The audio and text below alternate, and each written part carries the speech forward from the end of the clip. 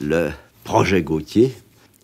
C'est cet instrument juridique par lequel, très brièvement, les États s'interdiraient de recourir à la torture ainsi qu'à tout autre traitement cruel, inhumain ou dégradant, ce sont les termes officiels, mais surtout par lesquels ils s'engageraient à ouvrir leurs prisons pour des missions de visite, de routine, faites par différents délégués, désignés par une instance internationale impartiale.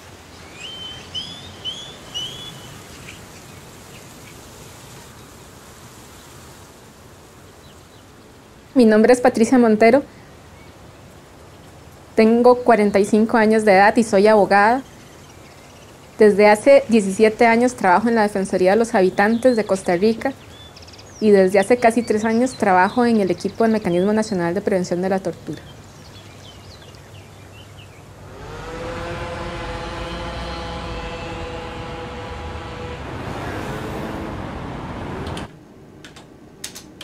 Je m'appelle Betty Bramé, je suis praticien hospitalier en psychiatrie.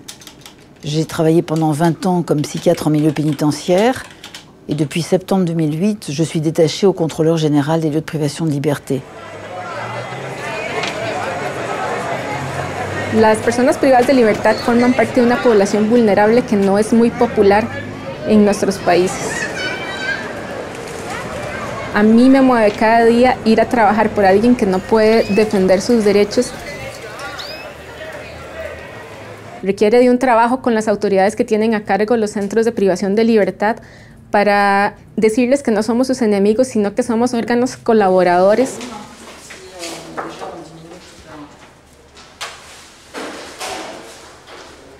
Quand on pense aux personnes privées de liberté, on a souvent en tête les personnes qui sont en prison ou dans un commissariat de police ou dans une brigade de gendarmerie. On pense moins aux personnes hospitalisées sans leur consentement. Il est clair que nos visites nous ont permis de voir que les personnes hospitalisées sans leur consentement dans les établissements de santé étaient aussi vulnérables, voire davantage.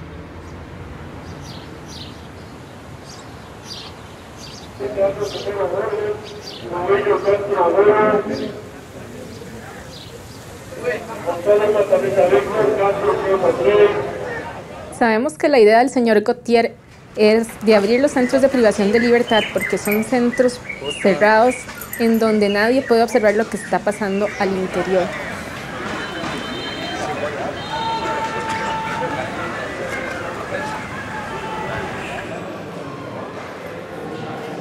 Si los centros se abren a mayor número de visitas, menor riesgo de que se produzcan la tortura o los malos tratos.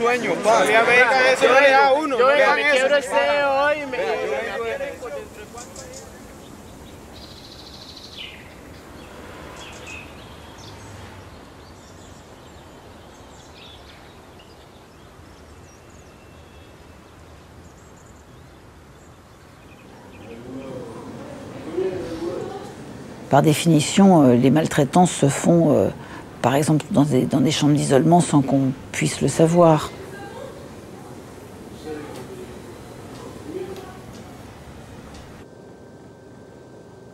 Nous nous intéressons justement à la durée du séjour en chambre d'isolement et des conditions dans lesquelles ce séjour s'est déroulé, et notamment s'il n'a pas été l'occasion d'une punition.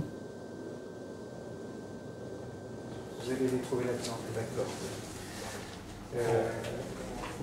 Mais bien sûr qu'il y a des débats au sein même de notre communauté médicale. Le contrôleur général des lieux de privation de liberté est une institution jeune qui a trouvé sa place progressivement dans le paysage, même si au départ les professionnels avaient une certaine méfiance vis-à-vis des contrôleurs lorsque nous arrivions dans les établissements. Aujourd'hui, un certain nombre de directeurs considèrent l'arrivée des contrôleurs comme un plus, comme une forme d'audit qui peut les aider à mieux travailler, à mieux comprendre eux-mêmes le fonctionnement de leur institution.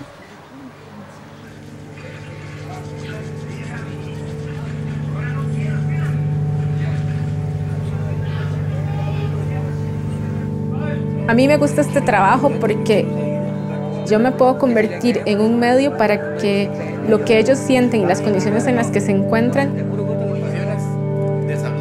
yo pueda expresarles a las autoridades que tienen a cargo los centros para buscar soluciones y mejorar el trato que se le da a las personas privadas de libertad. En tout cas, une chose dont je suis conscient, c'est que je ne travaille pas pour ma génération. Je ne verrai pas, tant que je serai dans ce monde, des progrès considérables pour cette affaire. Je travaille pour les torturés du XXIe siècle et pas pour ceux du XXe siècle.